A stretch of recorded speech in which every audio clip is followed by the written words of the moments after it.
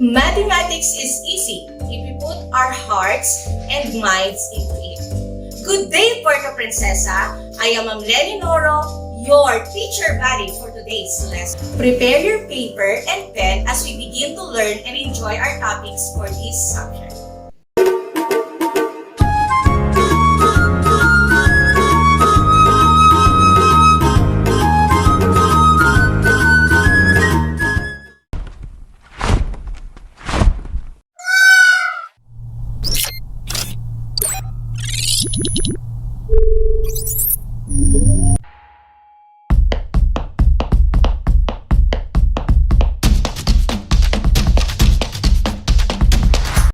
At the end of this lesson, we will be able to subtract simple and mixed fractions.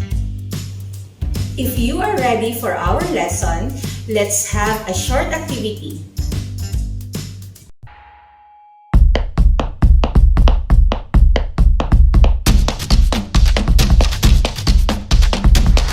Number 1. Subtract 7/10 by 1/10.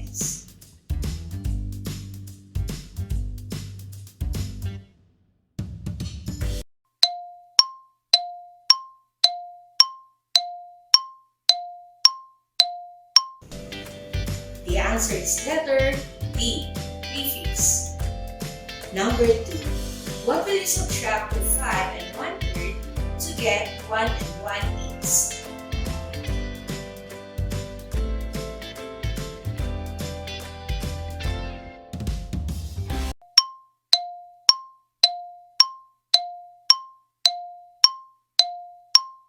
The correct answer is letter B, 4 5/24. Number 3. Subtract 8/10 minus 3/10.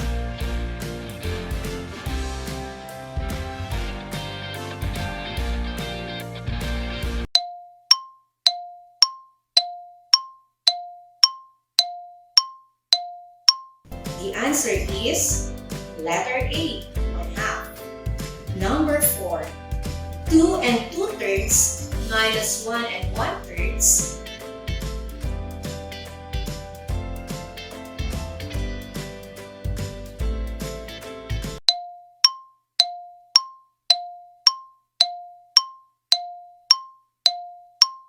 The answer is letter B, 1 1/3. Number 5. 6 3/5 minus 2 1/3 equals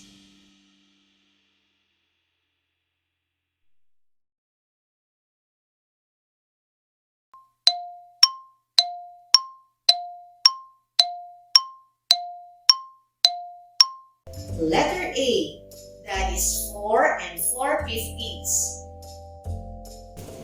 What is your score? Did you get the perfect score? If yes, good job. If no, don't you worry. We will deepen your understanding so you can get a higher score at the end of this episode.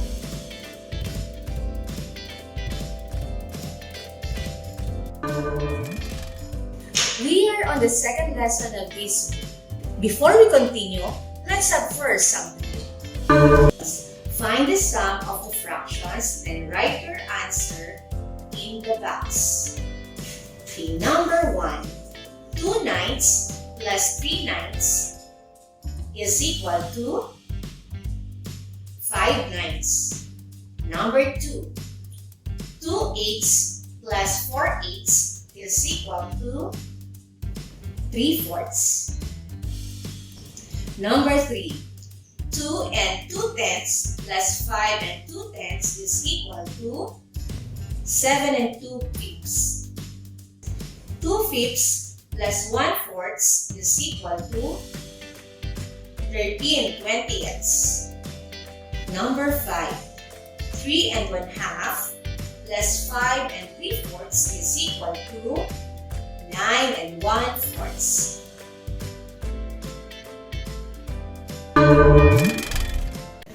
How did you find the activity? What is your score? Do you think you can follow the next lesson? Be ready with our next topic. What is your favorite snacks? Do you love pizza?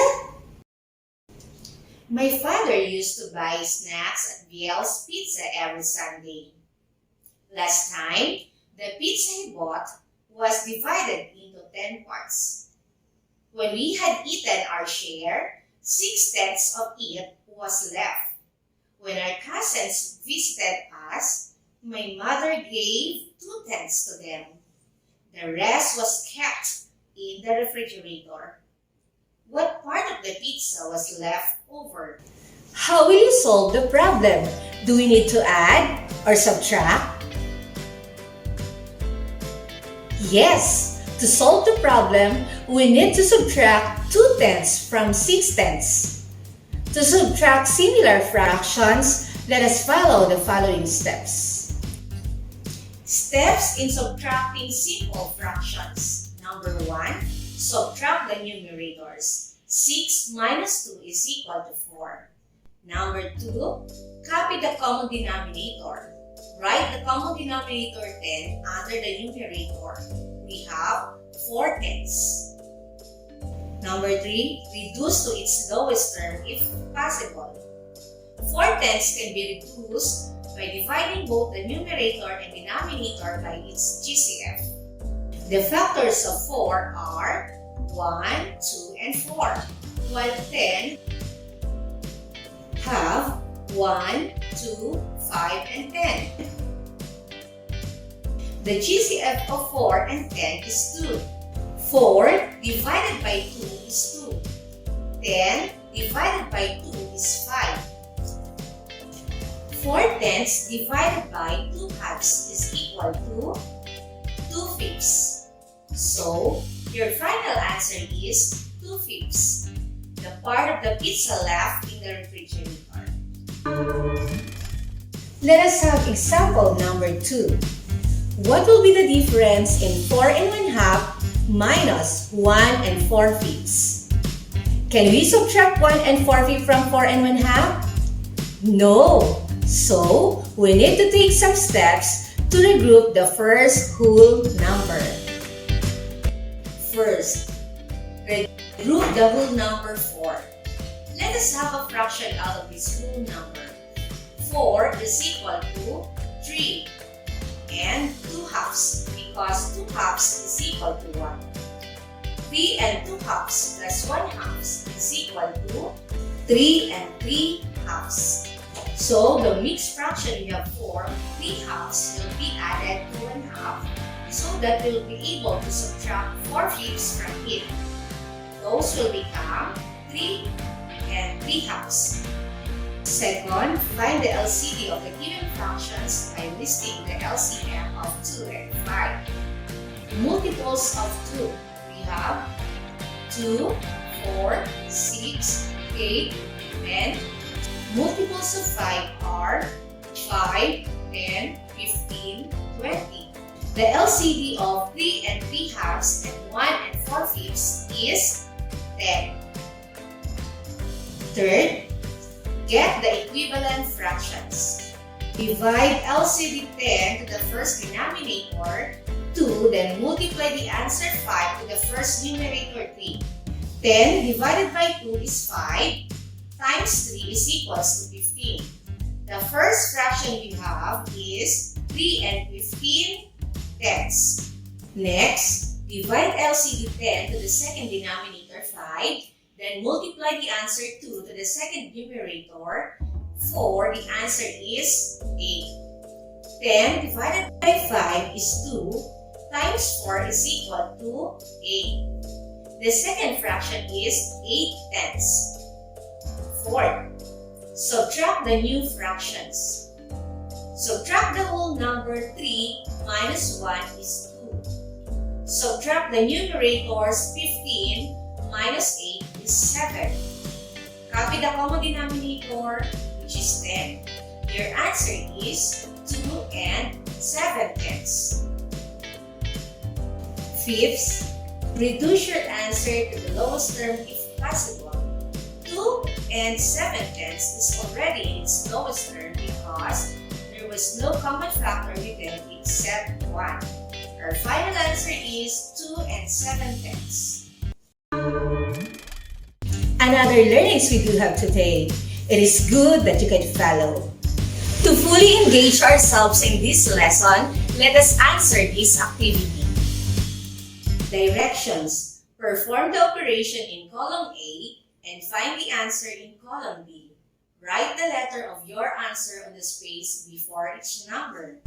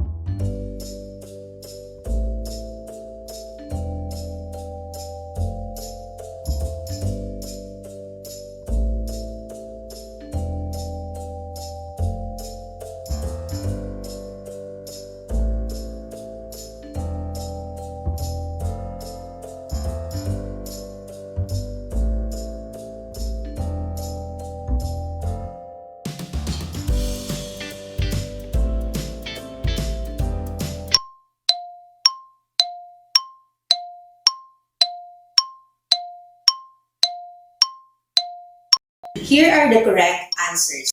Number 1, the answer is letter D. Number 2, that is letter C. Number 3, that is letter A. Number 4, that is letter E. And last, number 5 is letter E.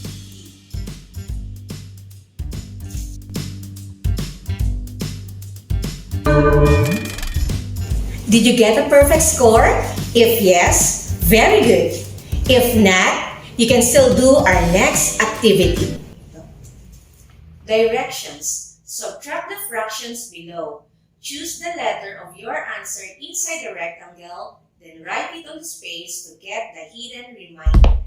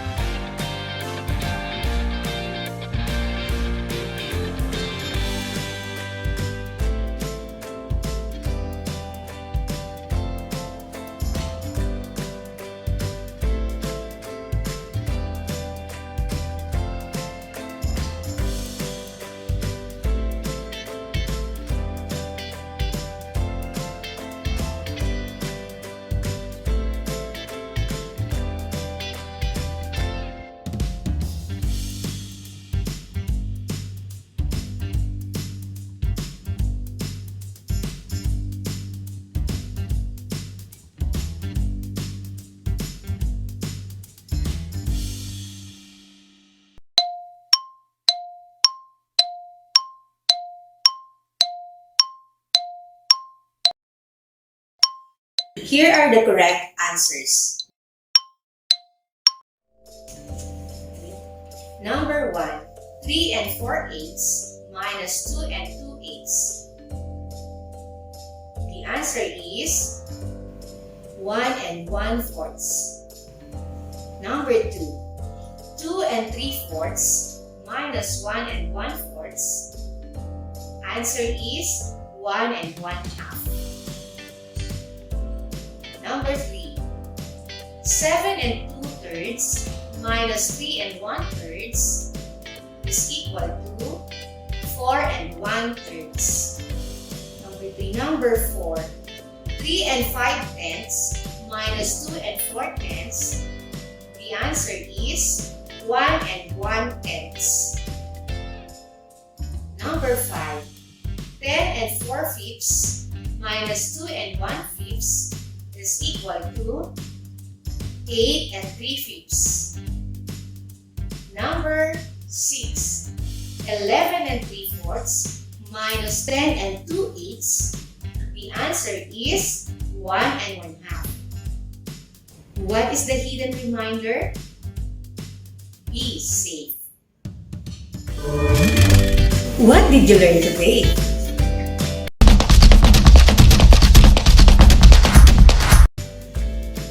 Grade 6, remember that to subtract similar fractions, simply subtract the numerator, copy the common denominator, write the answer in lowest term if possible. To subtract the similar fractions, find the least common denominator, and change the fractions to similar fractions, and then follow the steps in subtracting similar fractions. To subtract mixed fractions, subtract the whole number first, then follow the steps in subtracting similar fractions.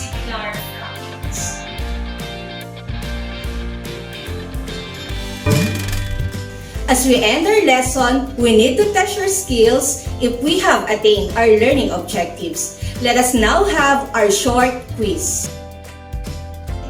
Directions. Perform the indicated operation.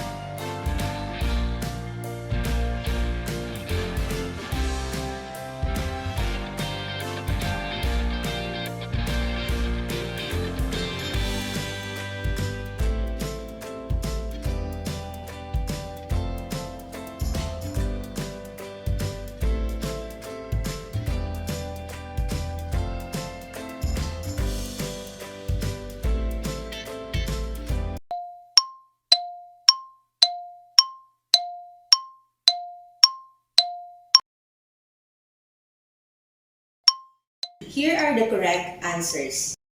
Number 1. What will you subtract of 5 and 1/3 to get 1 and 1/8? 5 and 1/3 minus 1 and 1/8 is equal to, the denominator is 24. Use 24 as the LCD of the fraction. 24 divided by 3 is 8 times 1, that is 8. Next, 24 divided by 8 is 3 times 1, that is 3. Then let's subtract the whole number.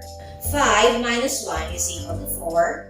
Subtract the numerators. 8 minus 3 is 5. Then copy the common denominator, which is 24. The answer is letter B. 4 and 5 24ths. Number 2. Subtract 8/10 minus 3/10. Simply subtract the numerator since the denominator is the same. 8 minus 3 is equal to 5. Simplify 5/10 in lowest term, that is 1/2. That's letter number 3. Subtract 7/10 by 1/10. Subtract the numerator. 7 minus 1, that is 6. Then copy the denominator, which is 10. Reduce to its lowest term. The answer is 3/5. That's letter D. Number 4. 6 and 3/5 minus 2 and 1/3. Use 15 as the LCD of the fractions. So, 15 divided by 5, that is 3, times 3, that is 9. 15 divided by 3 is 5, times 1, that is 5. Then, let's subtract the whole number. 6 minus 2, that is 4. Then, subtract the numerator. 9 minus 5, that is 4. The answer is letter A, 4 and 4/15. Number 5. 2 and 2/3 minus 1 and 1/3. Subtract the whole number. 2 minus 1 is equal to 1. And subtract the numerators. 2 minus 1 is equal to 1. And copy the denominator, which is 3. The answer is letter B, 1 and 1/3. Did you get all the correct answers? Very good! For your assignment, subtract the following fractions. Express your answer in the simplest form if necessary. Number 1. 9/11 minus 6/11 is equal to blank. Number 2. 3 and 2/5 minus 1 and 1/7 is equal to blank. Number 3. 16 and 7/4 minus 12 and 8/21 is equal to blank.